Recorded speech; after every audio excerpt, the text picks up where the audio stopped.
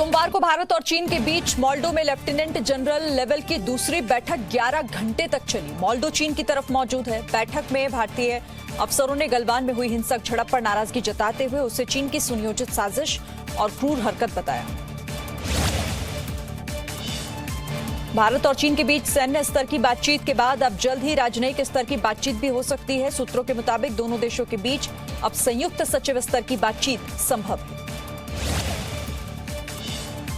सेना प्रमुख जनरल मनोज मुकुंद नरवणे आज लेह जाएंगे। दिल्ली में आर्मी कमांडर की बैठक के बाद सेनाध्यक्ष लेह का दौरा करेंगे।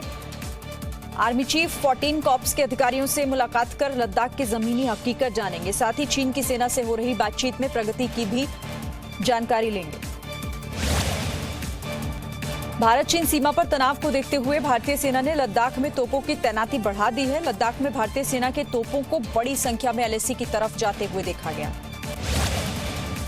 सूत्रों के मुताबिक चीन ने पश्चिमी थिएटर कमान के कमांडर जनरल झाओ झोंगकी को मिशन लद्दाख पर लगाया। सूत्रों के मुताबिक जनरल झाओ 2017 में डोकलाम में पीछे हटने की खींच लद्दाख के जरिए उतारना चाहता है। गलवान की साजिश के पीछे झाओ झोंगकी का ही दिमाग माना जा रहा है। भारत चीन तनाव के बीच रक्षा मंत्री राजनाथ सिंह 3 दिन के दौरे पर रूस की राजधानी मॉस्को पहुंच गए। राजनाथ सिंह रूस के 75वीं विजय दिवस परेड में शामिल होंगे।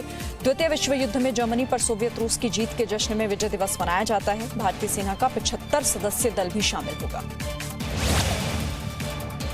रूस में विजय दिवस परेड में भारत के 75 जवान भी शामिल होंगे। मॉस्को में भारत के जवानों ने परेड की रिहर्सल में हिस्सा लिया। भारतीय सेना के तीनों अंगों के जवान परेड में शामिल होंगे। विदेश मंत्री एस जयशंकर आज रूस और चीन के विदेश मंत्रियों के साथ RIC यानी रूस, इंडिया और चाइना संगठन की बैठक में शामिल होंगे। ये बैठक वीडियो कॉन्फ्रेंसिंग के जरिए होगी। गलवान में झड़प के बाद राजनयिक स्तर पर पहली बार भारत और चीन आमने सामने होंगे।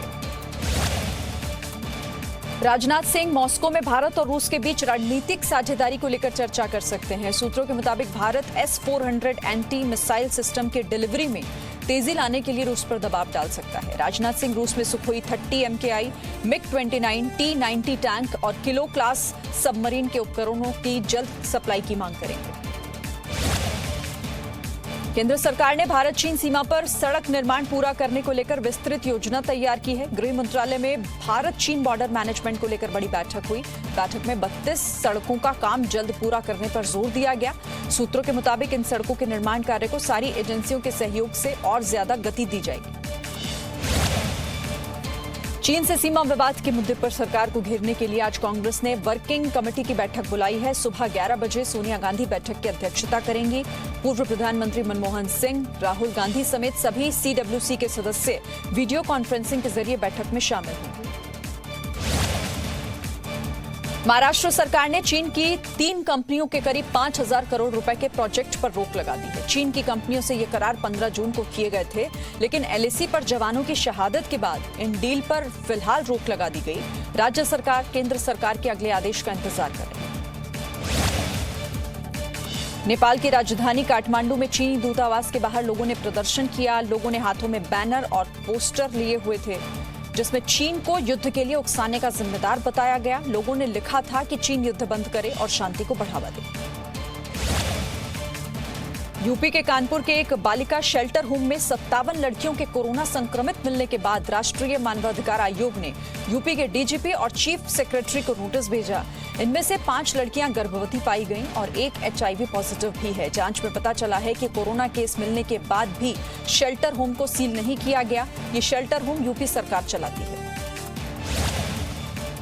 देश में कोरोना संक्रमण से ठीक होने वाले मरीजों की संख्या तेजी से बढ़ रही है। संक्रमण से ठीक होने वाले मरीजों की दर 55.77% हो गई है। देश में कोरोना के कुल 4,25,282 मरीजों में से 2,37,196 मरीज ठीक हुए।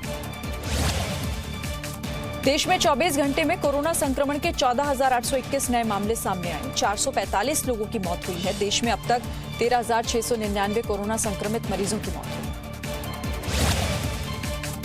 जगन्नाथ रथ यात्रा को सुप्रीम कोर्ट से मंजूरी मिलने के बाद आज ओडिशा के पुरी में कर्फ्यू लगाया गया। सुप्रीम कोर्ट ने सिर्फ 500 लोगों को रथ यात्रा में शामिल होने की इजाजत दी है। सभी का कोरोना टेस्ट भी कराया गया। पुरी में और बाहर के श्रद्धालु टीवी पर इस यात्रा को देख पाएंगे। लगातार 17वें दिन पेट्रोल डीजल हुआ महंगा। पेट्रोल 20 पैसे और डीजल में 55 पैसे का इजाफा किया गया। दिल्ली में पेट्रोल की कीमत 79 रुपए 76 पैसे, वहीं 1 लीटर डीजल की कीमत 79 रुपए 40 पैसे हुई। Presenting B News app, available on Google Play and App Store. Download it now.